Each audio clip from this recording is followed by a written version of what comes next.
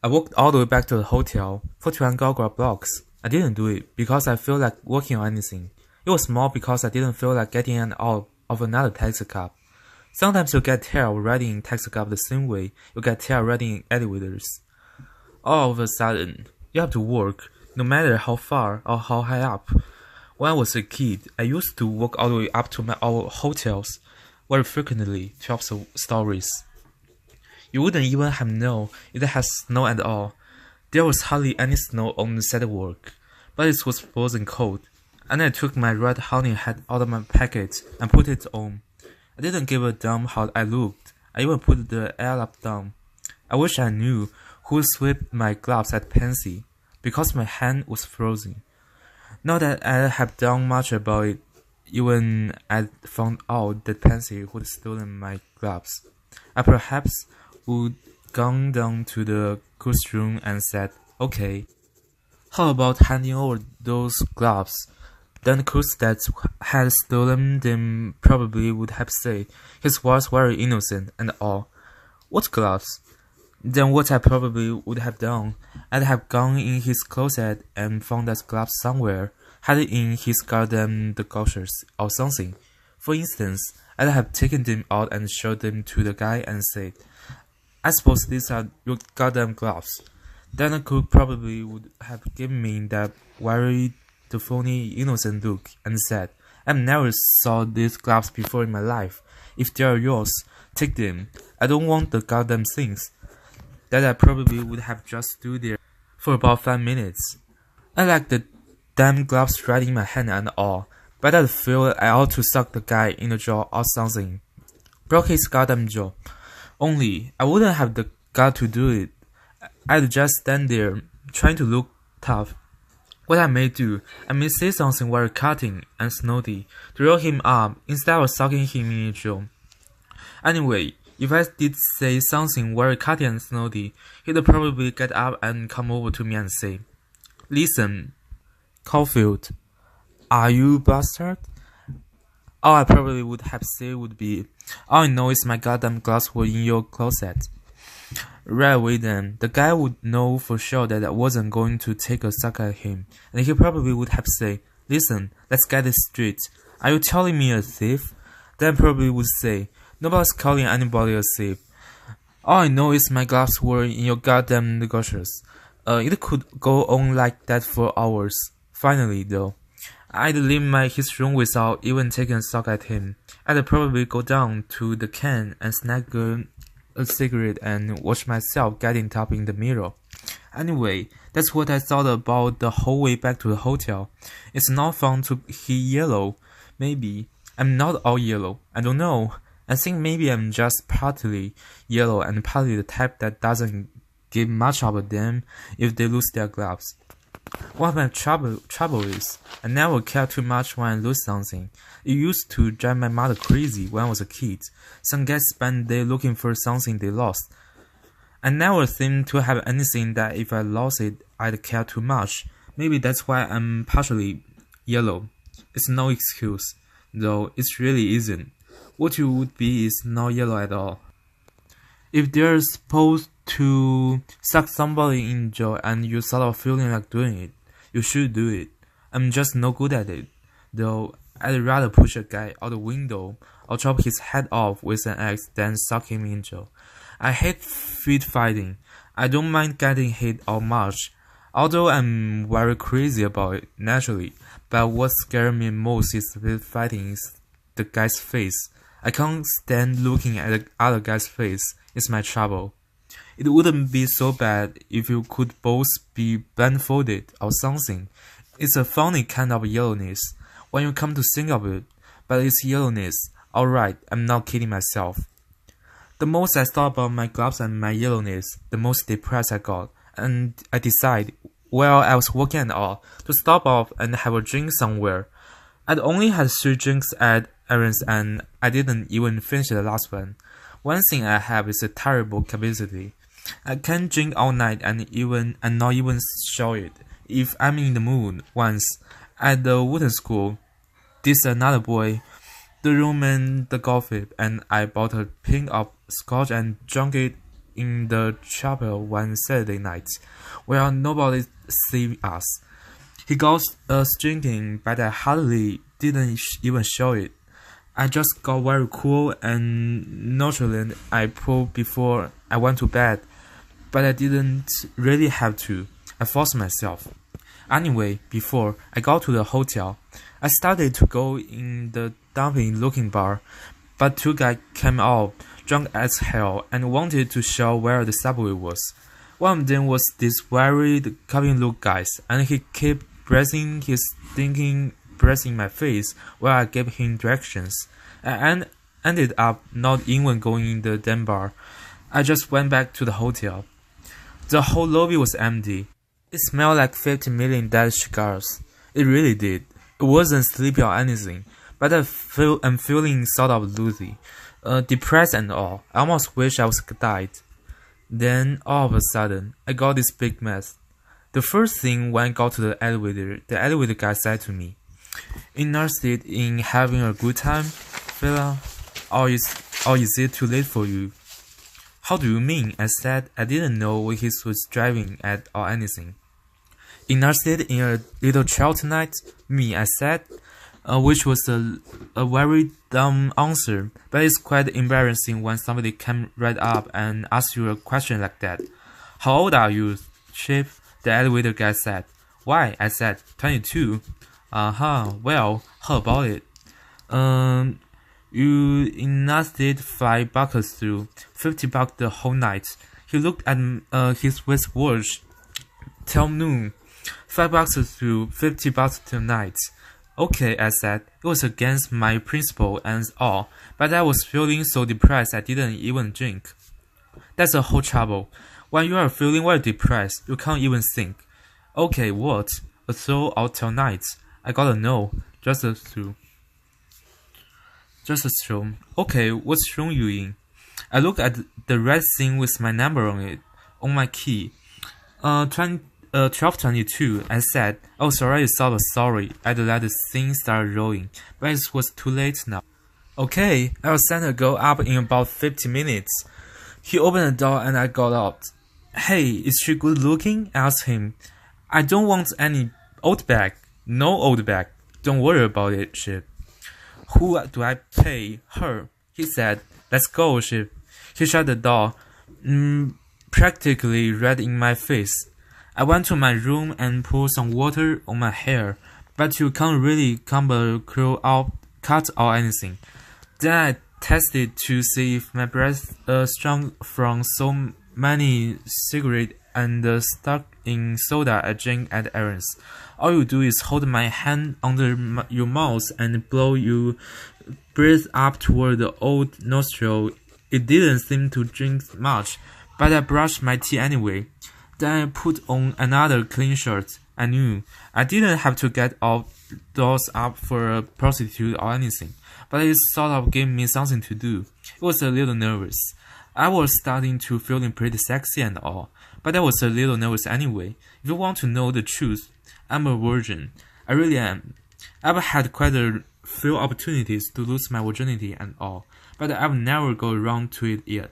Something always happens. For instance, if you're at a girl's house, her parents always come home at the wrong time, or you are afraid they will. Or if you are in the backseat of somebody's car, there's always somebody stayed in the front seat. Some girl, I mean, that's always want to know what's going on all over the whole goddamn car. I mean, some girl in front turning around to see what the hell's going on. Anyway, something always happens. I came quickly close to doing it in a couple of times, though one thing is in particular. I remember something went wrong, though I don't even remember what anymore. The thing is, more of the time, coming pretty close to doing it with a girl. A girl that isn't a prostitute or anything. I mean, she'll keep telling you to stop. The trouble with me is, I stop. Most guys don't. I can't help it. You never know whether they really want you to stop or whether they are just scared as hell, or whether they are just telling you to stop so that if you do through with it, the blame will be on you, not them. Anyway, I keep stop. The trouble is, I get to feeling sorry for them. I mean, most girls are dumb and all. After you nick them for a while, you can really watch them losing their brains.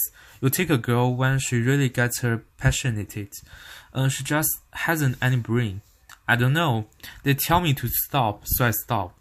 I always wish I hadn't after I take them home, but I keep doing things like that anyway. Anyway, while I was putting on another clean shirt, I sort of figured this was my big chance. In a way, I figured if she was a prostitute and all, I could get in some practice on her, in case I ever get married or anything. I wrong about that stuff sometimes. I read this book once at a Wooten school that hadn't this very sophisticated, the third sexy guy in it. The monster, the Blanchard was his name. I can still remember. It was a loose book, but the Blanchard guy was pretty good. He had this big and all on the Riviera in Europe, and all he did in his spare time was beat women off with a club. He was really rich and all, but he could knock women out. He said, in this one part, that a woman body is like a violin and all, and let's take a terrific musician to play it right. It was a very funny book. I realized that, but I couldn't get the violin stuff out of my mind anyway. In a way, that's why I sort of wanted to get some practicing, in case I ever get married. The Caulfield and his magic violin boy is corny, I realize, but it isn't too corny. I wouldn't mind being pretty good at this stuff. Half the time, if you really want to know about the truth, when I'm housing around with a girl, I have a lot of trouble just finding what I'm looking for. For God's sake, if you know what I mean, take this girl I just missed having the intercourse with, that I told you about. It took me about an hour to just get her goddamn the brain throw off. By the time I did get it off, she was about ready to spit in my eye. Anyway, I kept walking around the room, waiting for this prostitute to show up. I kept hoping she'd be good looking. I didn't care too much though. I sort of just wanted to get it over with. Finally, somebody knocked on the door, and when I wanted to open it, I had my suitcase right in the way, and I fell over it and damn near broke my knee. I always pick a good time to fall over a suitcase or something. When I opened the door, this prostitute was standing there. She had a polo coat on and no hat. She was a sort of a blonde, but you could tell she dyed her hair. She wasn't any old bag though. How do you do? I said. Just do as hell, boy. You the guy the mirrors said. She asked me. She didn't seem too goddamn friendly. Is he the elevator boy? Yeah, she said. Yes, I am. Come in, won't you? I said. I was getting more and more nonchalant as it went along. I really was. She came in and took his coat up right away and thought of dragging it on the bed. She had on a green dress underneath. Then she sort of sat down sideways on the chair that went with the desk in the room and started juggling her foot up and down. She closed her leg and started juggling that one foot up and down. She was very nervous. For a prostitute, she really was. I think it was because she was too young as hell. She was around my age. I sat down in the big chair next to her and offered her cigarettes. I don't smoke, she said. She had a tiny look, the winning with a voice. You could hardly hear her. She never said thank you either. When you offered her something, she just didn't know any better. Allow me to introduce myself. My name is Jameswen, I said. You got a watch on you? She said. She didn't care what the hell my name is. Naturally. Hey, how old are you anyway? Me, 22. Like fun you are. It was a funny thing to say. It sounded like a real kid. You would think a prostitute and all would say, like hell you are, or cut the crap, instead of like fun you are. How old are you? I asked her. Old enough to know better. She said. She was really witty. You got a watch on you? She asked me again, and then she stood up and pulled her dress over her head. I suddenly felt peculiar when she did that. I mean, she did it because so sudden and all. I know you're supposed to feel pretty sexy when somebody gets up and pulls her dress over their head, but I didn't. Sexy was about the last thing I'm feeling. I feel much more depressed than sexy. You got a watch on you? Hey. No, I don't, I said. Boy, what's I feel peculiar? What's your name? I said her. All she had on was this pink slip. It was really quite embarrassing. It really was. Sonny, she said.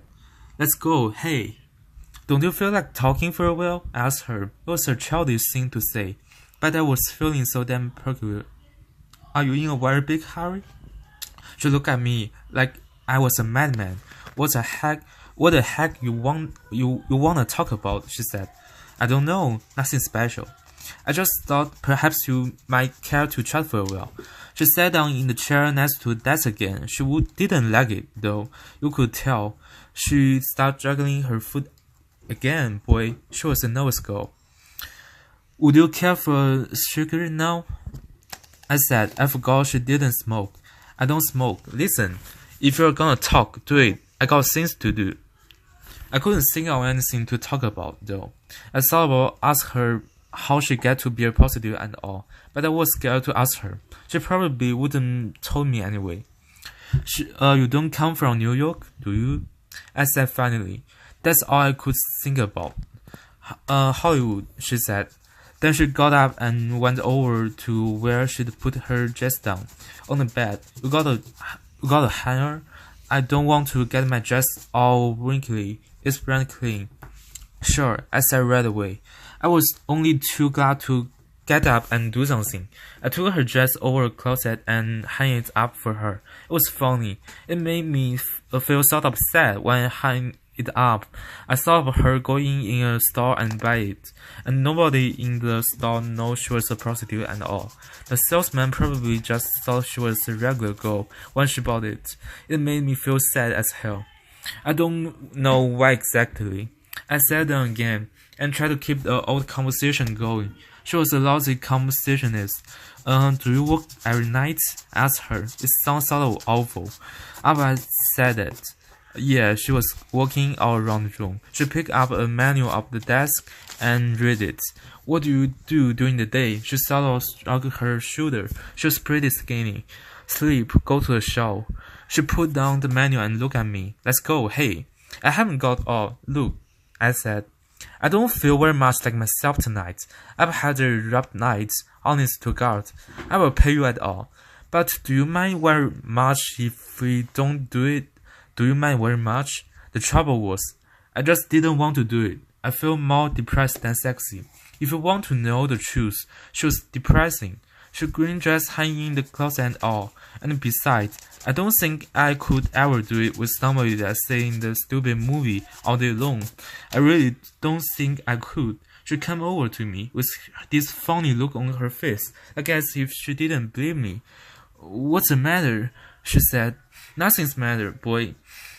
I get nervous. The thing is, I had the operation very recently. Yeah, where? My woody colic, my clavicle. Yeah, what the hell that? The clavicle? I said. Well, actually, it's in spinal channel. I mean, it's quite a way down in the spinal channel. Yeah, she said. That's tough. Then she sat down on my goddamn lap. You are cute. She made me so nervous. I just keep my own lying my head off. I'm still recuperation. I told her, you look like a guy in the movie, you know? You know who I mean? What the heck's his name? I don't know, I said. She wouldn't get off my goddamn leg. Sure now. He was in the picture with Melvin the Douglas. The one that was Melvin Douglas' the kid brother. Let's fill up his boat. You know who I mean? No, I don't. I go to a movie as sudden as I can. Then she started getting funny, crude and all. Do you mind cutting it out? I said, I'm not in the mood. I just told you. I just had an operation. She didn't get up from my lap or anyway, but she gave me the terrifically the dirty look. Listen, she said, I was sleeping when that crazy man wake me up. If you think I am, I said, I'd pay you for coming and all. I really will. I have plenty of those. It's just that I'm practically just recovering from very serious. What the heck did you talk that the crazy marriage you wanted to go for? Then, if you just had a goddamn operation on your goddamn duodecate, I thought I'd be feeling a lot better than I do. I was a little premature in my calculations. No kidding, I'm sorry. If you'll get up for a second, I'll get my wallet. I mean it. She was loud as hell, but she got up from my goddamn lips so that I could go over and get my wallet. Off the chiffner, I took out a $5 bill and handed it to her. Thanks a lot, I told her. Thanks a million. This is a 5. It costs 10. She was getting funny. You could tell. I was afraid something like that would happen. I really was. The Marguerite said 5. I told her. He said 15 till noon and only 5 for a throw. 10 for a throw. He said 5. I'm sorry. I really am. But that's all I'm gonna show out. She sort of struggling her shoulders the way she did before, and then she said, very cold, do you mind getting me my frunk? Or would it be too much trouble? She was a pretty spooky kid. Even with the little bitty voice she had, she could sort of scare you a lot bit. If she'd been a big old prostitute with a lot of makeup on her face and all, you wouldn't have been half as spooky. I went and got her dress for her. She put it on and all, and then she picked up her polo coat off the bed. So long, the crumble, she said.